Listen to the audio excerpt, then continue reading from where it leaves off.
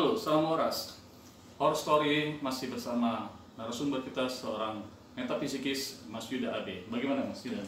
Alhamdulillah masih sehat. Sehat, ya. Masih sehat. Kira-kira untuk saat ini akan dijabarkan mengenai apa Mas? Ini ada satu fenomena tentang susuk, jimat. Mari kita Baik, akan bahas, kita dibahas kupas. Mas ya. Ya. Oke, kita saksikan. Baik Mas Yuda, untuk mengenai susuk dan jimat Mas Yuda ya. Apa itu yang disebut susuk dan jimat Mas? Bisa dijabarkan Mas? Susuk dan jimat. Ya, fenomena itu ya. Karena ini memang sudah terkenal dari zaman bahula dan budaya, apalagi orang Jawa selalu mengenal yang namanya susuk jimat. Ya sah-sah aja menurut saya susuk dan jimat itu, cuman yang jadi masalah apa sih yang dimaksud dengan jimat, ya kan? Apa yang dimaksud dengan Susuk. kan gitu. Intinya sih sebetulnya begini. Itu kan hanya media. Itu hanya media yang mana membuat seorang objek pemakainya menjadi satu punya sugesti. Kan begitu. Adapun ada satu proses-proses yang diplesetkan dengan paranormal yang disebut dengan orang pintar kalau zaman dulu kan. Yeah. Jadi itu sebetulnya hanya satu media yang membuat satu sugesti pada seseorang pemakainya. Karena ya kan, ini juga kehebatan manusia. Segala sesuatu kalau manusia itu punya satu sugesti, itu 50% sudah membangkitkan satu keberhasilan. Energinya Ya, energi keberhasilan, energi positif. Salah satu contoh begini. Ketika kita sakit, kita biasa minum obat A, ya kan? Walaupun nanti ketika kita sakit dikasih obat B, yang komposisinya itu sama, ya kan? Tapi karena ada satu sugesti tadi, dia lebih sembuh dengan obat yang A tadi, bukan yang B, kan begitu. Ini adalah salah satu sugesti. Demikian juga jimat, susuk. Jadi ketika kita sudah sugesti pada suatu barang, ya kan? Sugesti pada suatu benda atau media tersebut, jadi memunculkan suatu energi positif untuk memenuhi keinginannya, kan begitu. untuk tingkat keberhasilannya ya. Tingkat keberhasilannya. Cuman dalam batas waktu, dalam batas yang koridor yang memang kita tidak boleh terlalu meyakini 100%. Karena itu nanti akan muncul sifat syirik, musyrik dan lain sebagainya, kan begitu. Nah, ini yang harus kita tahu, apa sih susuk itu? Apa sih jimat itu, ya kan? Dan apa fungsinya buat kehidupan? Apalagi di zaman sekarang masih banyak, Mas. Zaman sekarang tuh masih banyak orang yang berburu susuk, orang yang berburu jimat untuk melancarkan satu keinginan duniawinya mereka. Gitu. Nah, fungsi susuk dan jimatnya sendiri Mas? Betul. Itu tadi. Jadi dia untuk meloloskan atau melancarkan satu keinginan daripada si pemakainya itu tadi, ya kan? Cuman bedanya kan begini. Bedanya kalau yang jimat itu sesuatu yang dipegang, ya kan? Sesuatu yang dibawa, maksudnya kan. Nah, kalau susuk sudah identik sesuatu yang dimasukkan ke dalam Tubuh ya. ke dalam tubuh si pemakainya. Jadi ada satu mekanisme yang berbeda. Tentunya juga punya kualitas yang berbeda pula antara susuk dan jimat itu tadi. Sebetulnya gini, itu kan hanya media. Jadi cerita zaman dulu begini. Kembali lagi ke cerita yang sudah pernah saya sampaikan, bahwa yang namanya makhluk gaib itu mencari suatu tempat, kan begitu ya, mencari suatu tempat. Nah, logam mulia, batu mulia dan lain sebagainya itu adalah tempat yang bagus buat mereka, tempat yang indah buat mereka, kan begitu. Kenapa yang namanya susuk atau jimat itu biasa terbuat dari batu, ya kan? Entah itu batu berlian, entah itu batu ake, ya kan? Terbuat dari logam, entah itu emas, entah itu perak dan lain sebagainya, ya kan? Nah, yang menurut asumsi mereka, menurut apa ya, menurut para paranormal, orang-orang pintar ini tadi, itu adalah sarana untuk rumah si makhluk gaib. Jadi begini, nah satu contoh, ini satu media, batu mulia ini taruhlah akik, apalah namanya kan begitu, ya kan? Otomatis ini adalah satu tempat yang bagus untuk diisi media dengan makhluk gaib. Makanya ada sebutannya, zaman dulu ada sebutannya, oh ini ada kodamnya, ya kan? Oh ini ada jinnya, oh ini ada yang nunggu, kan gitu. Ini punya kekuatan magis dan lain sebagainya, kan begitu. Sebetulnya ya kekuatan magis ya adalah makhluk-makhluk itu tadi yang ada di sekitar kita, yang bukan manusia, sehingga dia bisa mempunyai kekuatan pemakainya. Kekuatan itu pun juga muncul karena dari sugesti. Sekarang contoh gini mas, saya kasih ini saya punya jimat, tapi masnya nggak sugesti, ini akan berlaku, tidak akan berlaku, ya kan? Nah makanya orang datang ke tempat orang pintar aja, satu dia modalnya sudah sugesti dulu, modalnya dia sudah percaya dulu, ya kan? Entah itu yang diberikan benar atau tidak, ada isinya atau tidak, ada energinya ataupun enggak, orang sudah sugesti, kan begitu loh.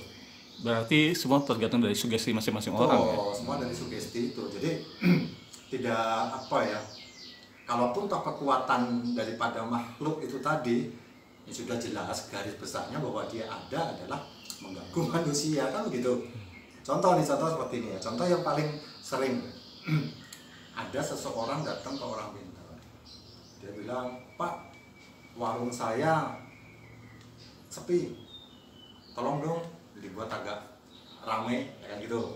Nah ini mekanismenya adalah si paranormal mendengar keluhan seperti itu, dia mencoba mengimprovisasikan dirinya dengan makhluk tadi, bilang, makhluk, lu masuklah ke sini, kan gitu loh. Itu yang bawa barang, yang bawa rumah lu, bantu supaya setiap ada orang lewat tertarik untuk masuk ke warungmu, kan begitu. Oh, inilah jadi nanti semacam pengarisan dan lain sebagainya, kan begitu. Sebetulnya ya kalau kita mau jujur pada diri kita sendiri, kita mau confident pada diri kita sendiri, kita sudah punya kekuatan itu, sebetulnya sudah punya pada diri kita, karena kita diciptakan ini memang sudah kompleks, sudah siap ya. Cuman yang jadi masalah adalah orang-orang yang krisis confidence, orang-orang yang tidak percaya dengan dirinya sendiri, butuh suatu dorongan spiritual, berpikir bahwa dorongan spiritual itu bisa didapat dari jimat atau susuk itu ya. Susuk, kan gitu. Betul. Betul, mas. Nah, untuk proses pembuatannya sendiri gimana mas? Pembuatan susuk itu variatif. Jadi ada kita bedakan, kalau jimat adalah suatu barang yang diberikan tapi untuk dibawa, dikantongin lah, dimasukin dompet lah, dimasukin tas dan lain sebagainya. Jimat prosesnya adalah seperti tadi saya sampaikan, bahwa ini diimprov nih sama orang-orang, diberikan satu energi, entah itu energi tenaga dalam, entah itu energi gaib, entah itu energi mistis apapun lah, kan begitu.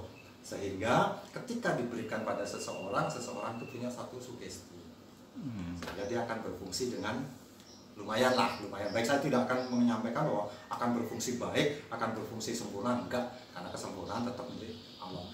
Akan berfungsi lumayan sesuai dengan si pemakai.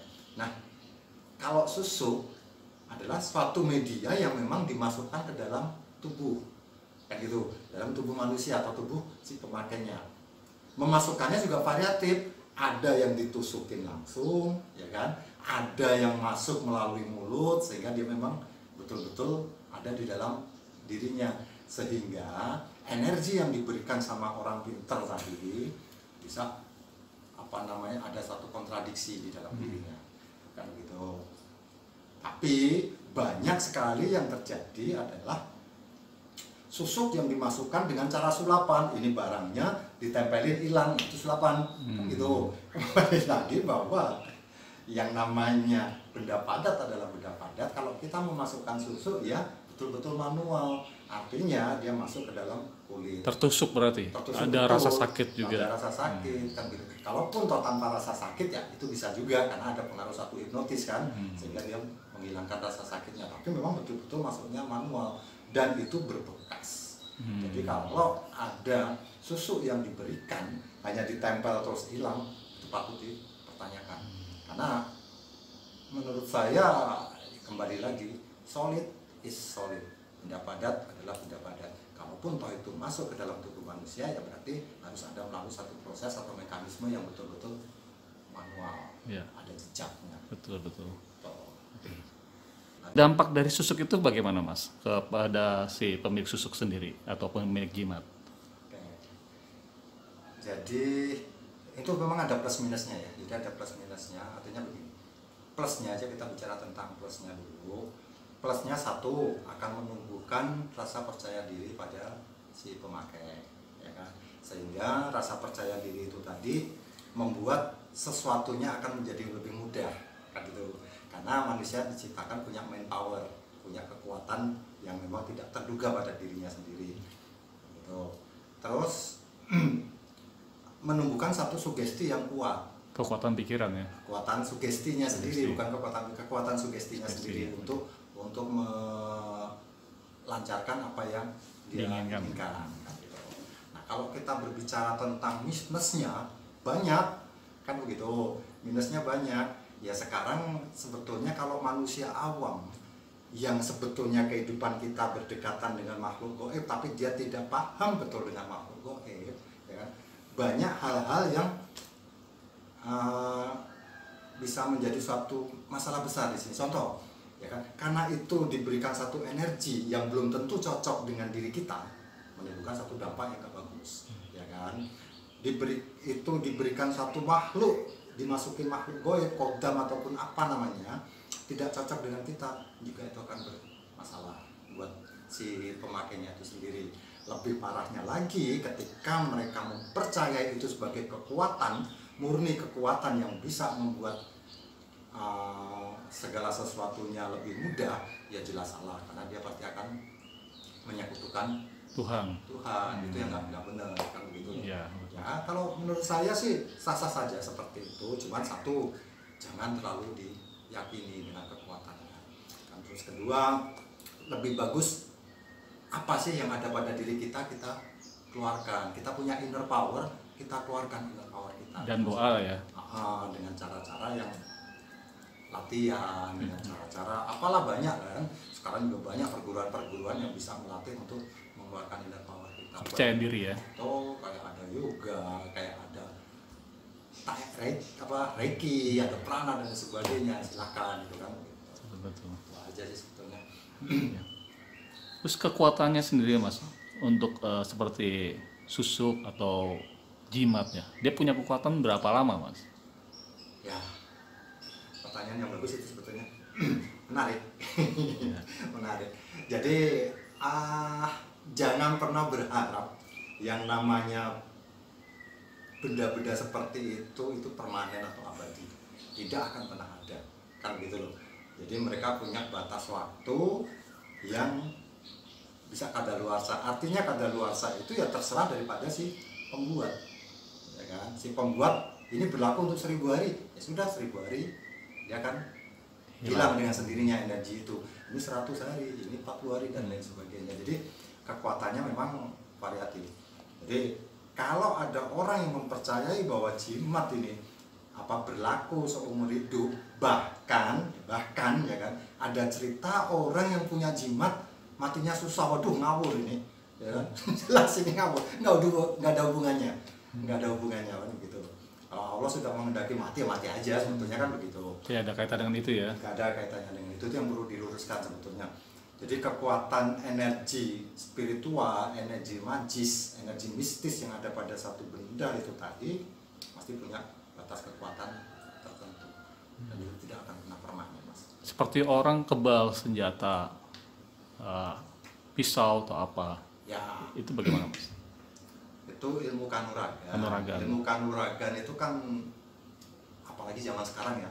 Zaman sekarang sudah diselipin dengan sulap-sulap kan begitu. Nanti next saya bongkar, ya kan, orang kebal senjata, orang tidak mempan disilet, orang tidak mempan digunting, orang tidak mempan dibacok, nanti saya bongkar itu, ya kan, saya bongkar. Artinya saya akan meluruskan atau merubah paradigma masyarakat Indonesia pada khususnya ini supaya mereka berpikir waras lah. Jadi jangan melihat sesuatu terus kita heran atau kita gumun kalau bahasa Jawanya. Kita heran bahwa ini ilmu supranatural kan begitu loh. Jadi kembali lagi yang kemarin saya pernah bilang bahwa solid benda padat adalah benda padat. Ada satu benturan, tentunya dia ada satu bekas. Ada satu sayatan, tentunya dia meninggalkan jejak dan lain sebagainya. Kan begitu, Mas. Baik, teman-teman semua, demikianlah paparan dari Mas Yuda. Semoga paparan tersebut bermanfaat bagi kita semua. Jangan lupa subscribe dan tekan lonceng, share kepada semuanya. Semoga kita menjadi manusia yang berguna. Salam waras.